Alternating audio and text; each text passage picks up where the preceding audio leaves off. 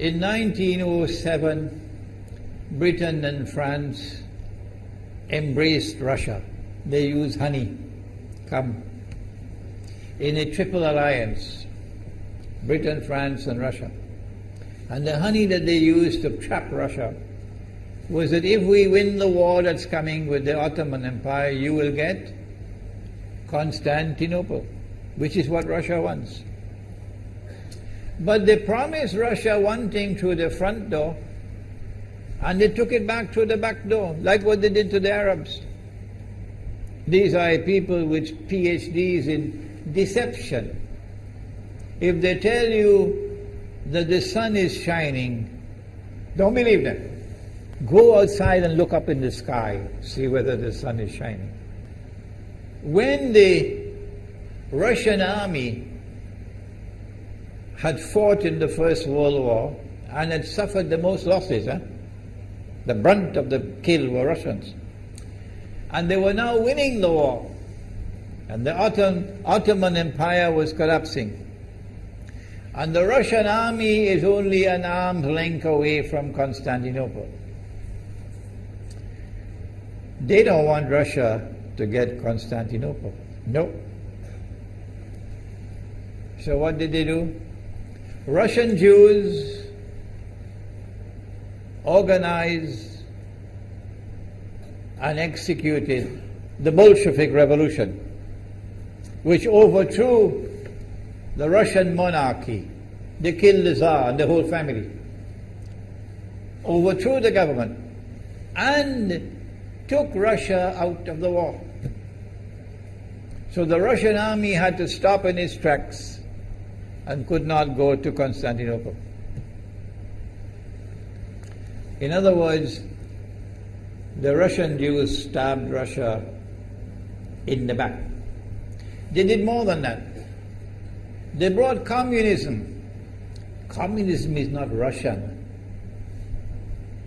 These dum-dums don't understand that. Communism was created to destroy Russia. Why don't these dum-dums understand it?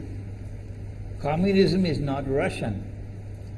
Communism was created to destroy Russia, to destroy the Russian Orthodox Church. So they brought communism in the Soviet Union. And for the next 60, 70 years, this Zionist-created entity called the Soviet Union waged war on religion, waged war on the Russian Orthodox Church, killed the priests, closed down the monasteries and churches and so on. 60, 70 years. And then, when the appropriate time came and Israel came into being, it is this same Soviet Union which opened the doors for millions of Russian Jews to now migrate to Israel. If you go to Israel today, you might believe you're in Russia. So many people speaking Russian. These are the Russian Jews. And then the Soviet Union, 6 years after Israel came into being, did something strange and mysterious.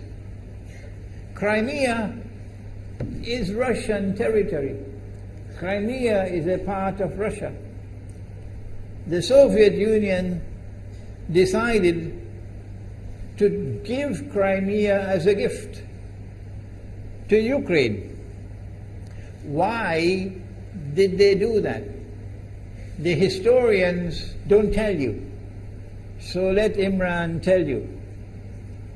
They gave Crimea to Ukraine in order to stab Russia in the back one more time.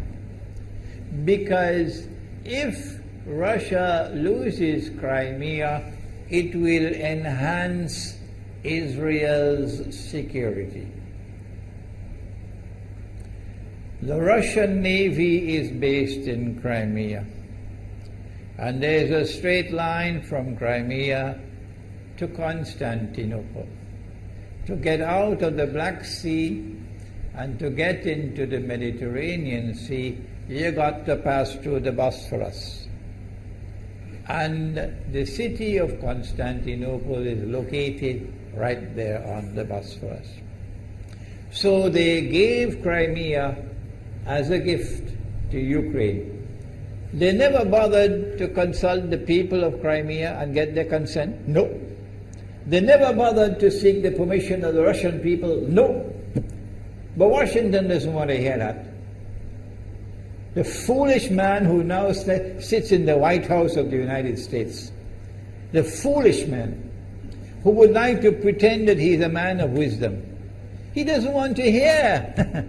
But what are the rights of the Russian people? Were they not violated? Do they not have the right to correct Iran and recover the territory which was unjustly taken away from them on Israel's behalf? Obama doesn't want to hear that. It's inconvenient for them. But in this masjid, we will expose whether it's convenient to you or not. They did more than that. Not only did they give Crimea to Ukraine, but earlier on they gave eastern Ukraine. Eastern, part of the now eastern Ukraine was Russian. It was Russian. And the Soviet Union gave it as a gift to Ukraine. Why is it being given to Ukraine? Answer is that when the proper moment comes, the same people who brought the Soviet Union into being now have a method by which they can cause it to collapse. The method that they're using now in Venezuela, popular demonstrations, they did it in Egypt, they did it in Tunisia. They are masters of that. They did it with the Soviet Union. I used to think that the Soviet Union collapsed because of Allah's kindness. But I was wrong. No, it was the Zionists who brought down the Soviet Union because they didn't need it anymore. Like tomorrow they wouldn't need you anymore, Saudi Arabia. And they wouldn't need you anymore, Islamabad. When will you understand that? They'll just throw you to the dogs. You served them long enough. So they brought down the Soviet Union. Why? So that Ukraine might emerge as an independent state. That's danger for Russia. They've prepared the way. And now Ukraine emerges as an independent state. So the rope is around Russia's neck now. And from that day, when the Soviet Union collapsed, until yesterday, the relationship between Russia and Ukraine was always problematic. But the people of Ukraine still had the good sense and wisdom to appoint a government that was pro-Russian. The Zionists decided it's time for us to use our, the street demonstrations. And last October, November, December, the world witnessed Caracas all over again. And eventually, the Zionists got what they wanted. You have the money, and you can send in your special people, snipers who will kill, and so on, throw petrol bombs and so on. And eventually they got what they wanted. They created enough havoc. May Allah protect Malaysia from that.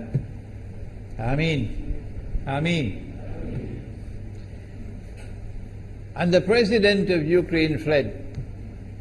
He's a democratically elected according to your method, Mr. Obama, according to your system.